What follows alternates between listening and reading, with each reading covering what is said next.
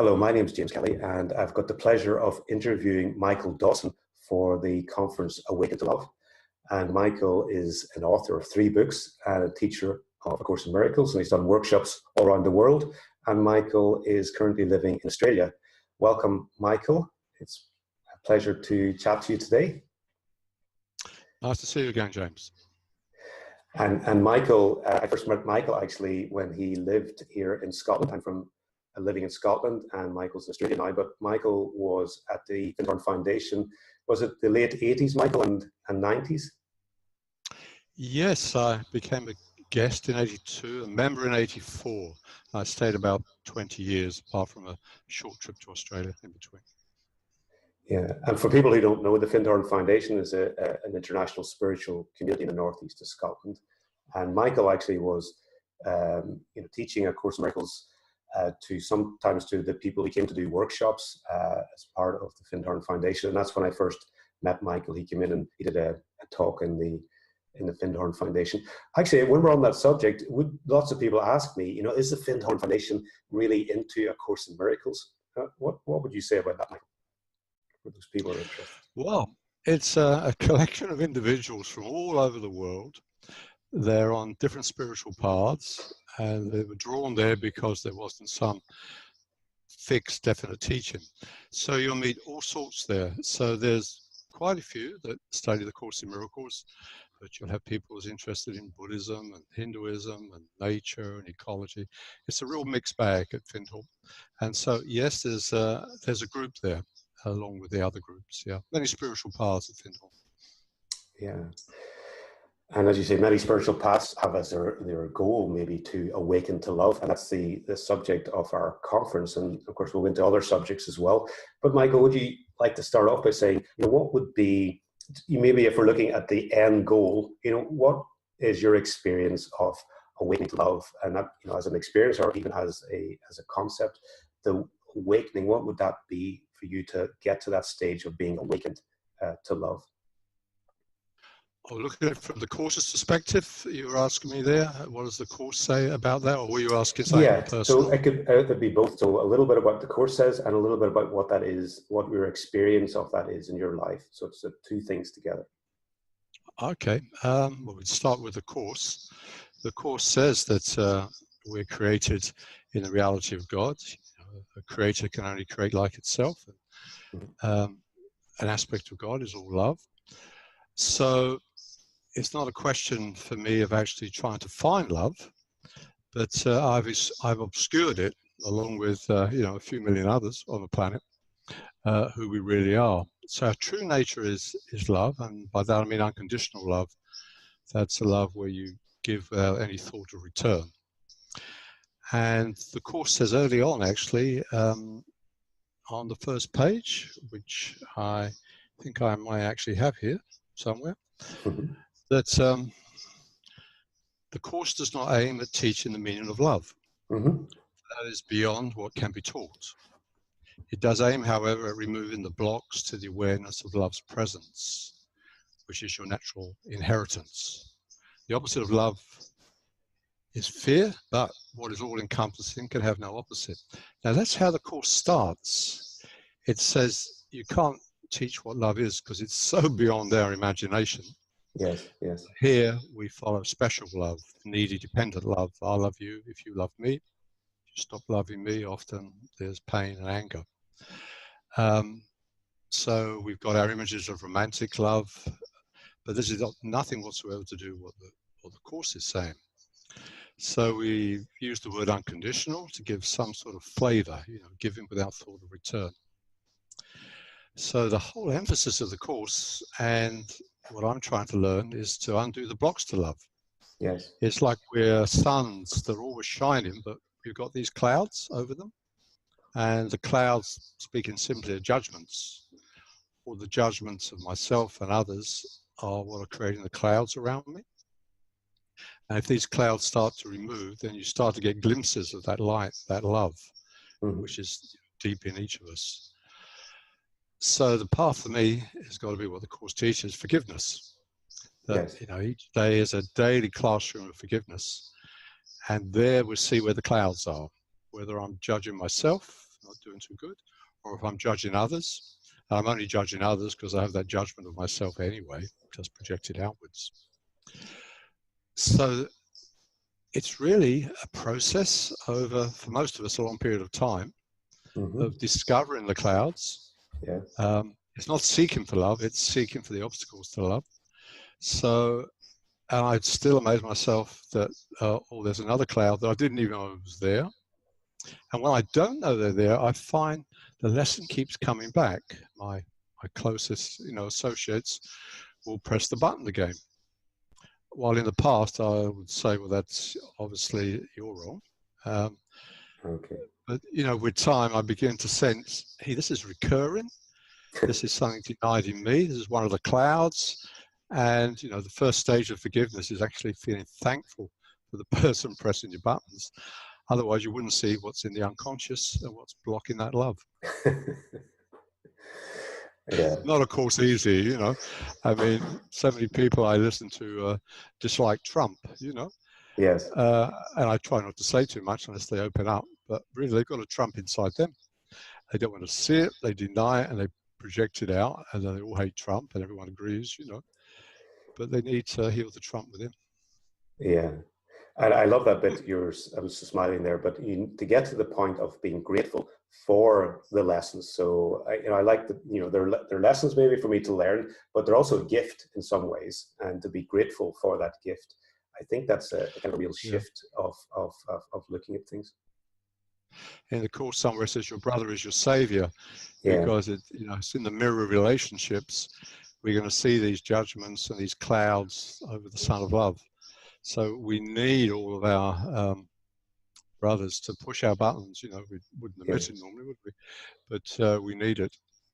Yeah. And with their help, we can start to remove the clouds.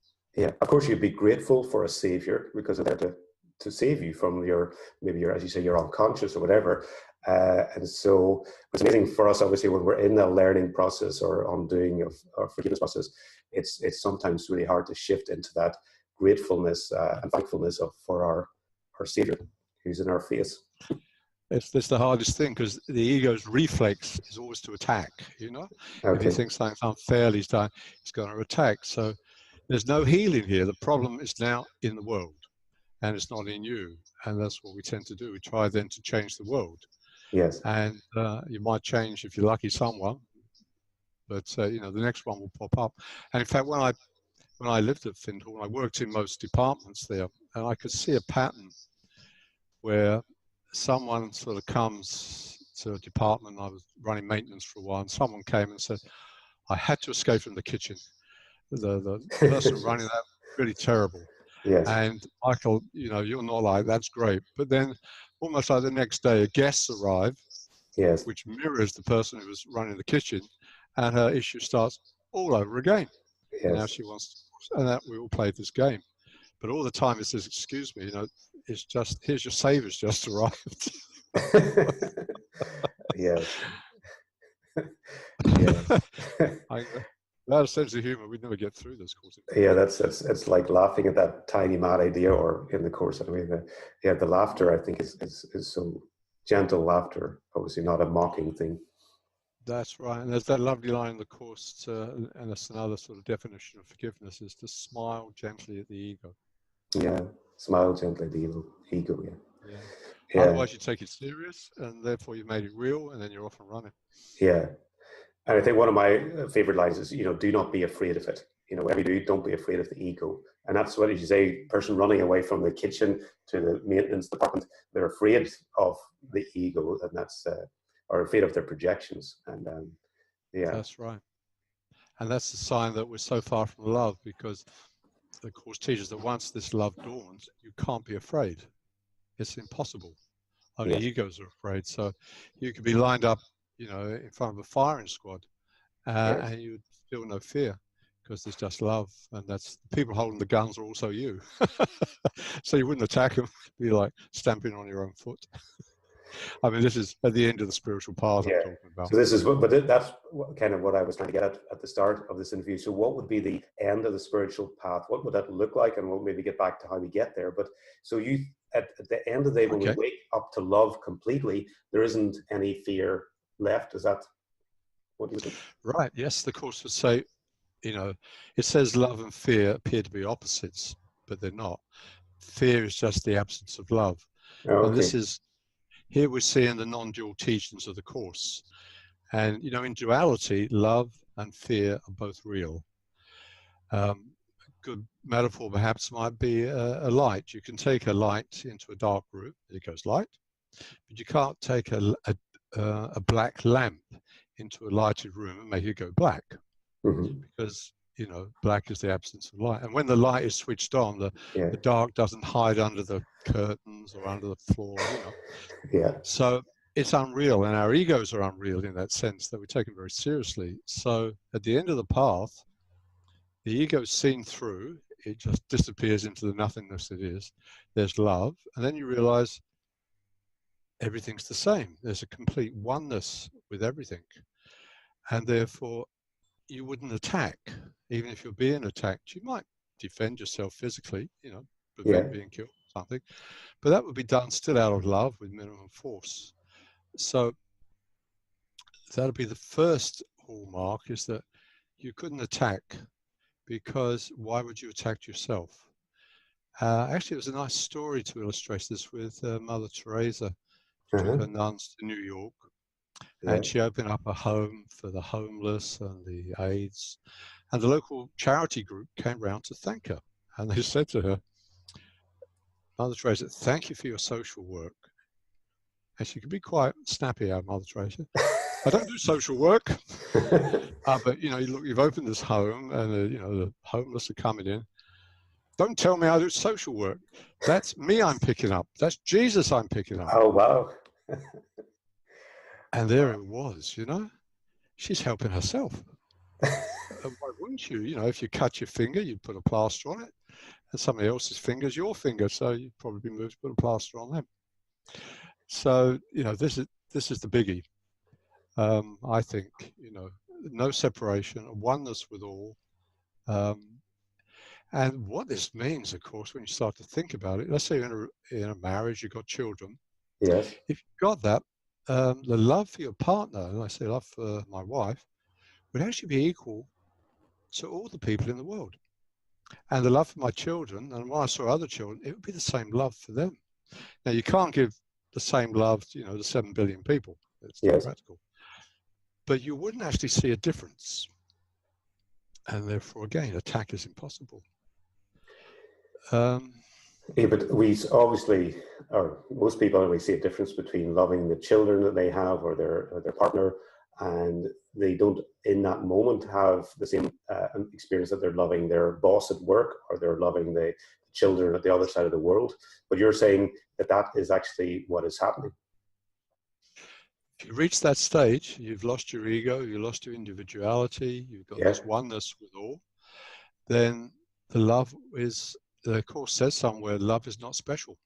Yeah. So the true love must be equal to, and not, be the same for the insects and the tree, and the man next door, and good old Donald Trump, and it'll be, because they're all you.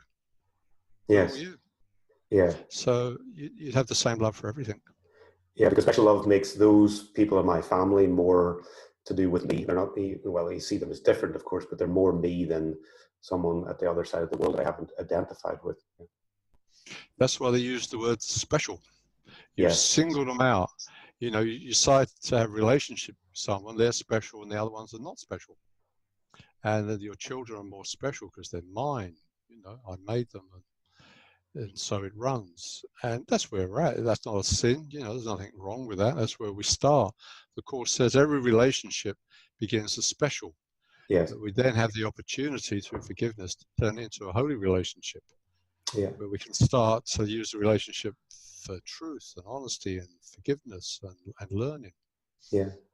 Okay. Before we get back to the start, which do you have an example in your own life of a moment, which I'm sure you have, but sometimes hard to think of course, of where you really awakened to love, that you had that experience as you're describing it, that we just talked about? Oh, one just suddenly came back, walking